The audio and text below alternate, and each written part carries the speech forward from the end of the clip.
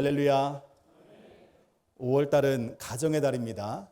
이 말씀을 사모하여 이 자리에 모이신 여러분의 심령 가운데 하나님의 은혜가 임하시기를 간절히 소망합니다.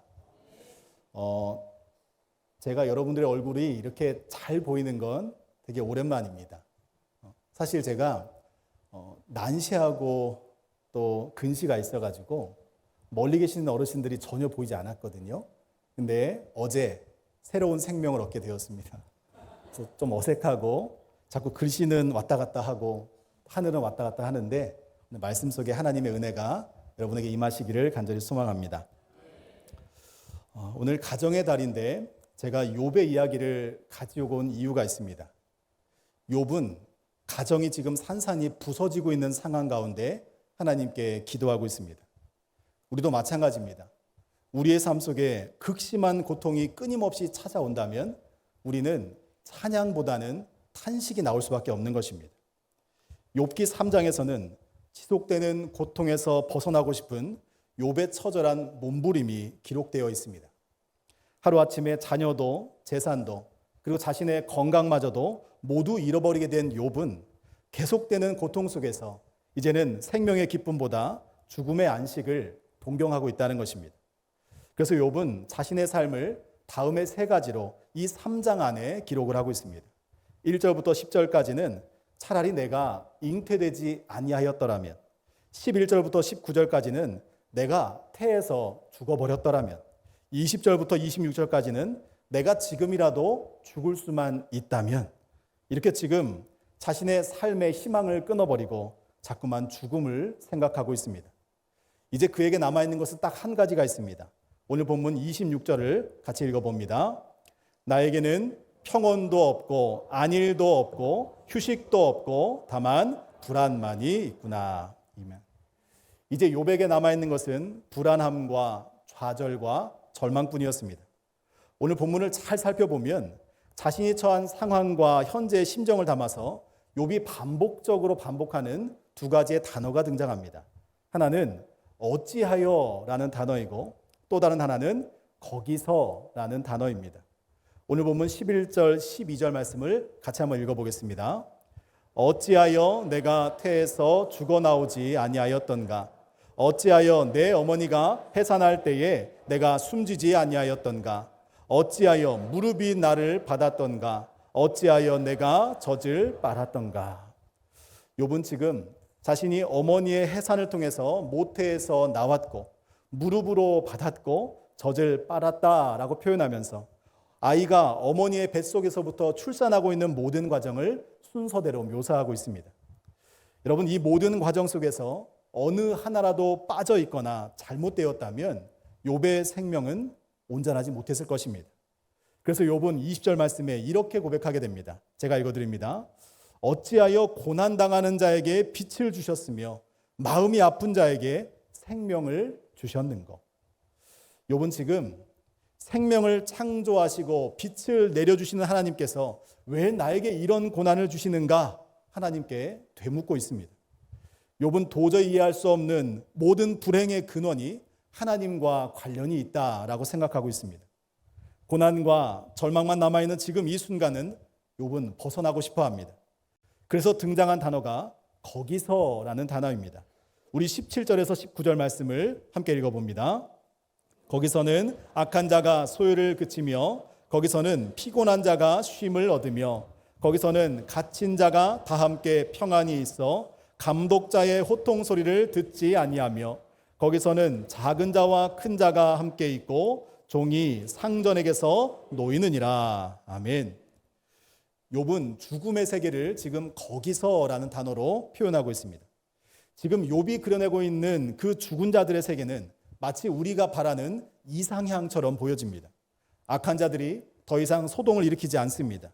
삶에 지치고 피곤한 사람들이 쉼을 얻는 곳입니다. 감독자들의 호통소리가 그쳐지게 되고 누구나 평등하게 평화를 누리는 곳으로 지금 거기서라고 죽음의 세계를 묘사하고 있다는 것입니다.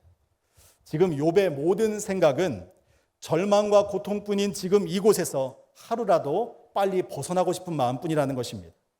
삶을 부정하고 죽음을 동경할 만큼 현재 욥의 고통이 크고 깊음을 알 수 있습니다.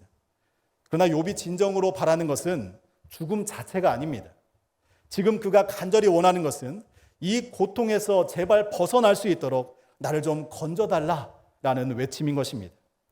그러나 욥은 아무리 외치고 아무리 안식과 평강을 누리고 싶어도 하나님이 허락하지 않으신다라고 말하고 있습니다.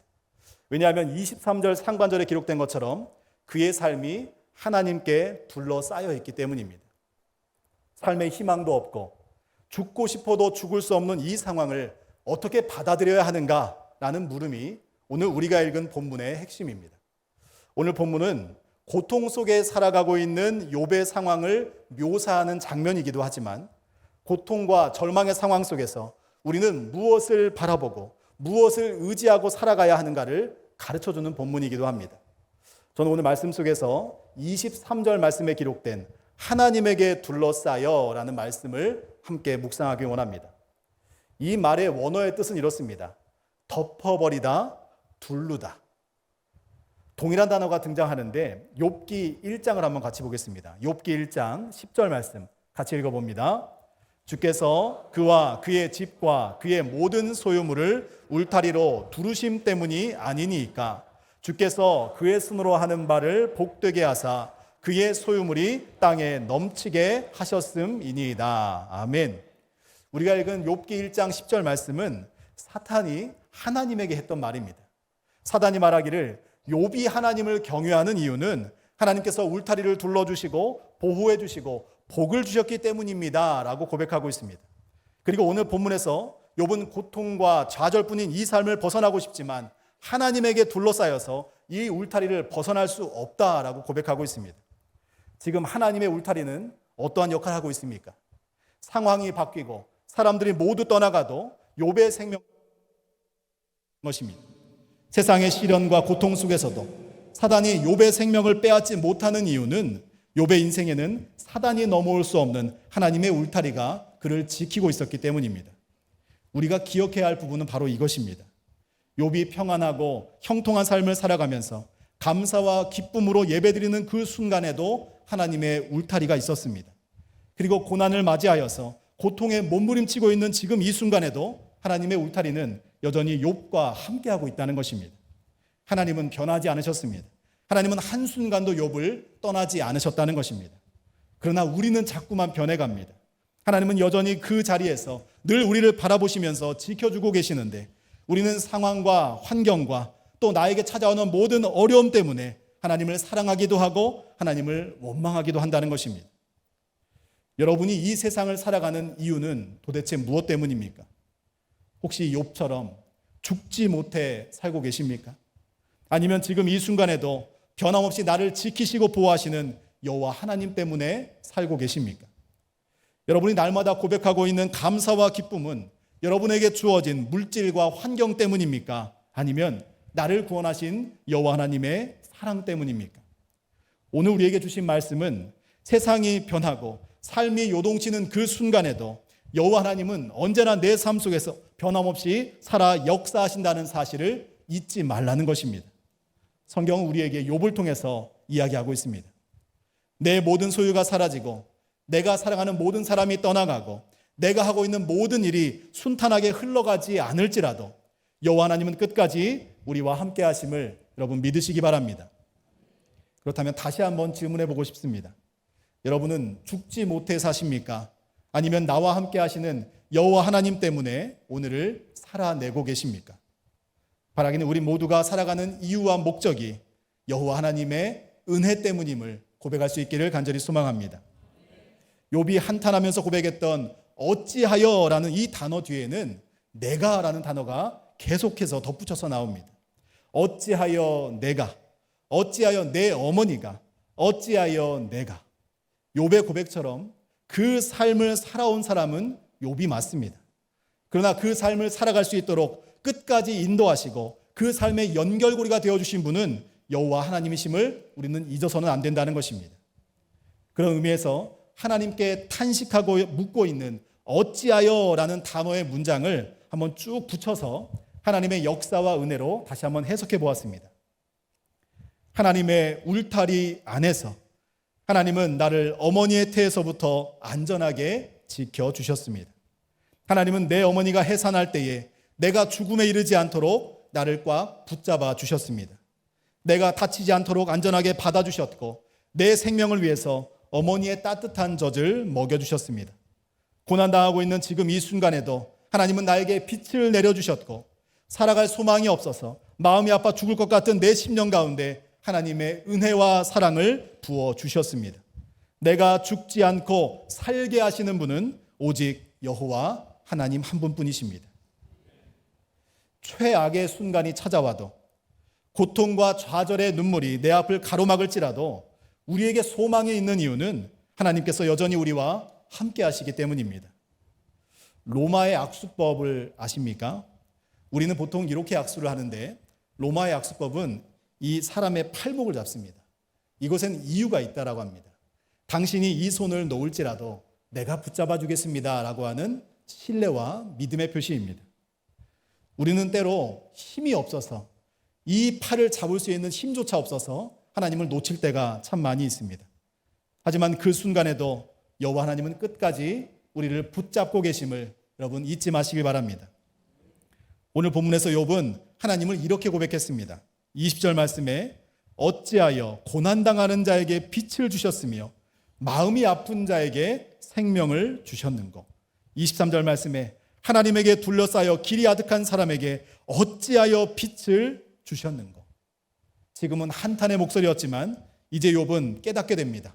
하나님이 날 위해 무엇을 하시는지. 욥기 10장 12절 함께 읽습니다. 생명과 은혜를 내게 주시고 나를 보살피심으로 내 영을 지키셨나이다. 할렐루야. 하나님은 이렇게 욥의 몸을 창조하신 이후부터 생명과 은혜를 부어주셨고 지속적으로 욥이 살아갈 수 있도록 인도하시고 보호하셨다는 것입니다. 욥은 지금 자신의 주인 되시는 여호와 하나님을 기억할 뿐만 아니라 자신의 입술과 삶으로 고백하고 있습니다.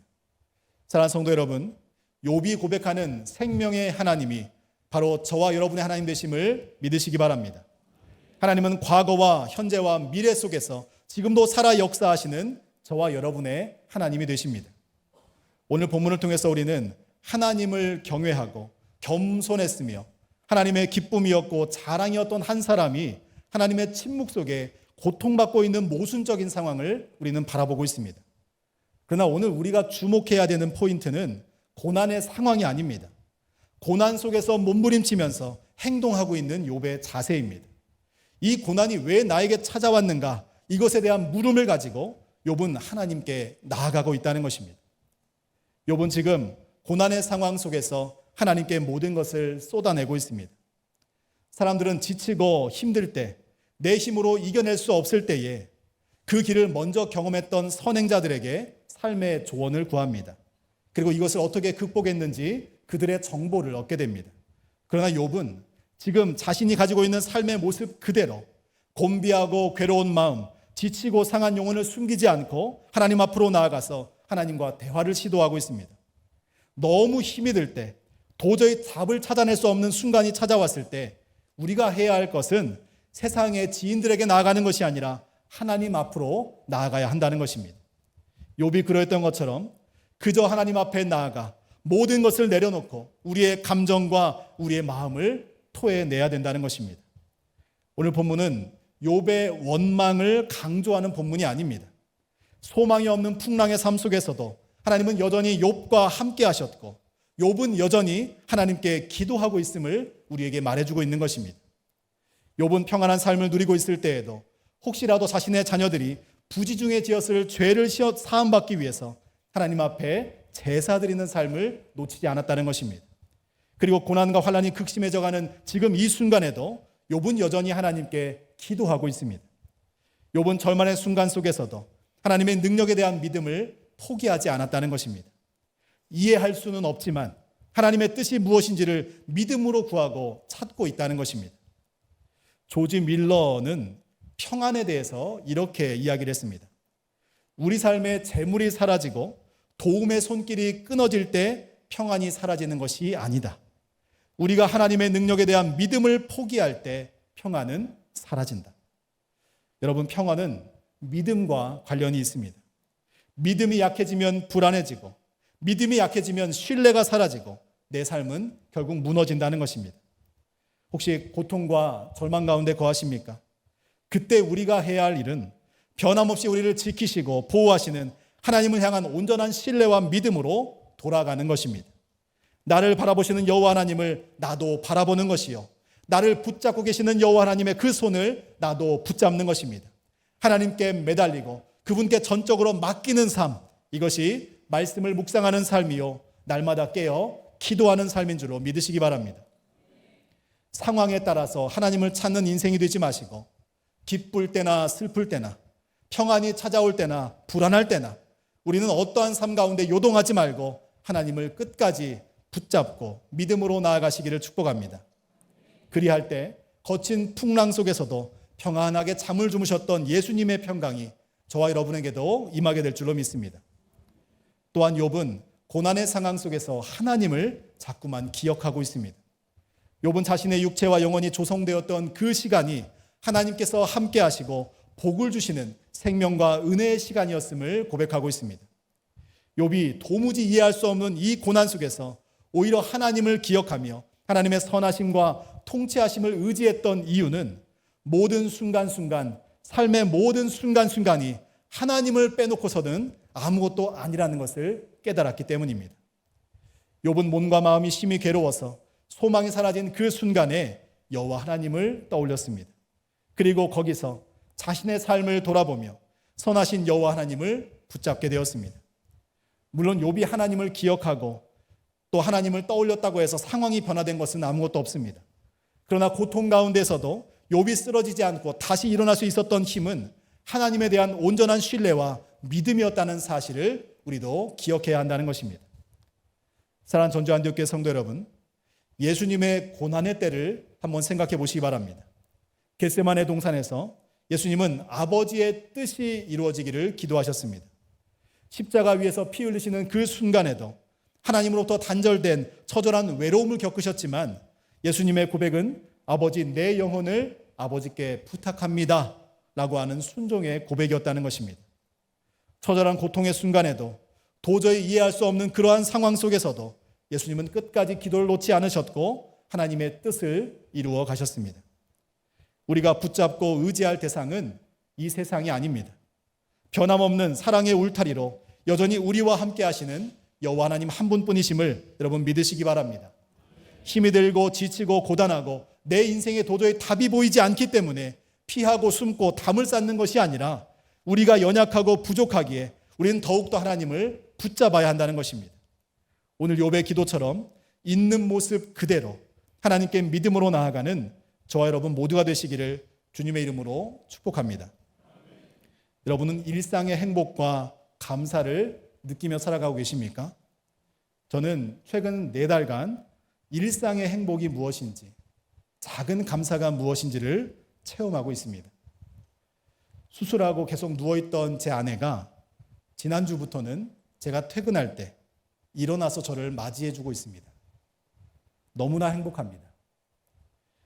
너무나 어리게 봤던 저희 아들과 딸이 지금은 제가 없어도, 아내가 없어도 혼자서 학교를 등교하고 하교를 합니다. 너무나 행복합니다. 잘 보이지 않던 눈이 이제는 잘 보입니다. 너무나 행복합니다.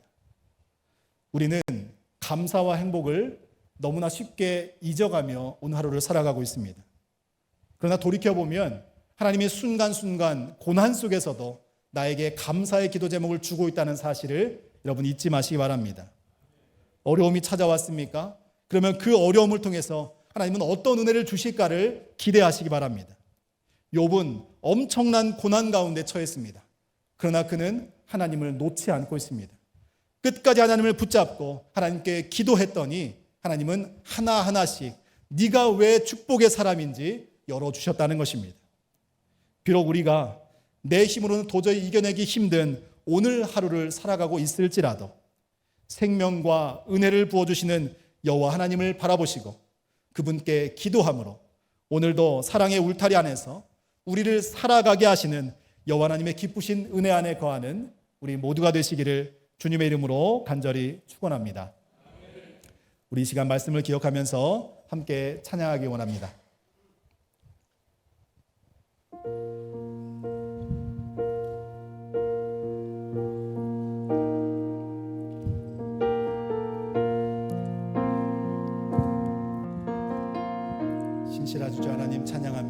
하나님 한 번 더. 하나님 한 번도 나를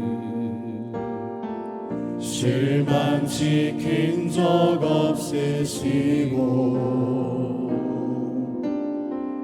언제나 공평과 은혜로 나를 지키셨네. 지나온 모든 세월들, 지나온 모든 세월들 돌아보아도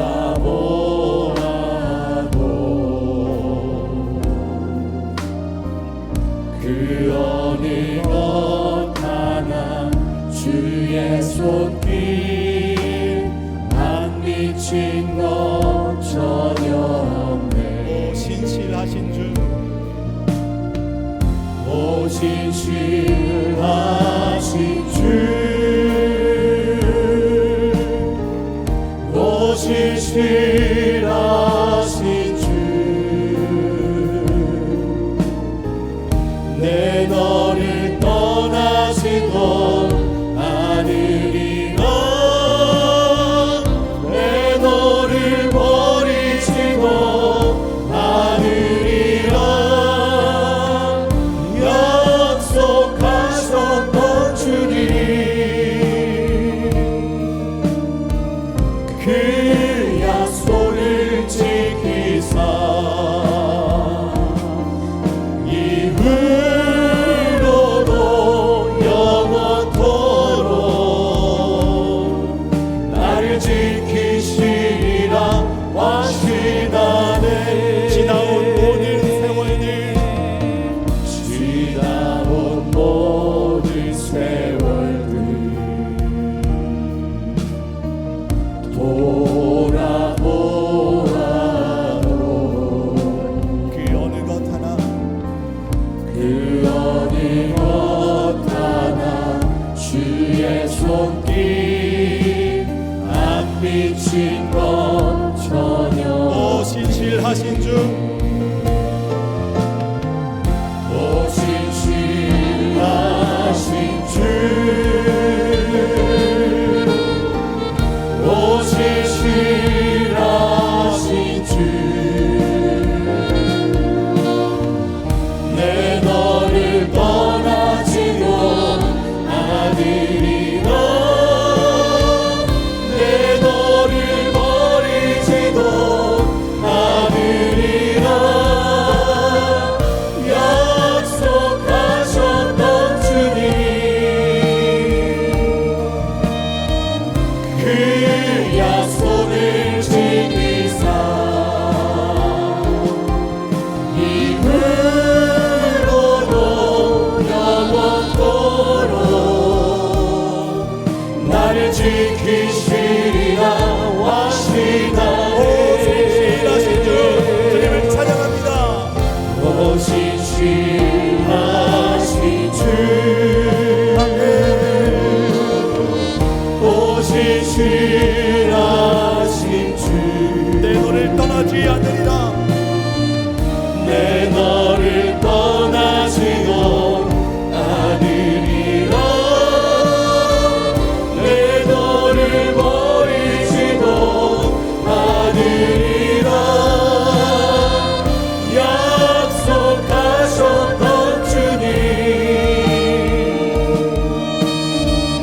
그 약속을 지키사 이후로도 영원토록 나를 지키시리라 확신하네. 이후로도 영원토록 이후로도 영원토록 나를 지키시리라 확신하네. 우리 시간 함께 기도하길 원합니다. 하나님은 한순간도 우리를 떠나지 않으셨습니다. 하나님의 울타리는 여전히 우리와 함께하고 있습니다. 그러나 우리가 너무나 연약하여서 나에게 환난이 찾아왔을 때 우리는 하나님을 기억하지 못합니다. 나에게 너무나 큰 기쁨이 왔을 때에도 하나님 받던 내 삶이 먼저가 될 때가 참 많이 있습니다. 하나님, 나와 함께 하시는 그 하나님을 민감하게 느낄 수 있는 영적 깨어남이 일어나게 하여 주시옵소서. 우리의 삶에 설명이 충만하게 하여 주시고 하나님의 울타리가 전혀 변하지 않음을 믿음으로 고백하며 살아가는 우리 모두가 되게 하여 주시옵소서.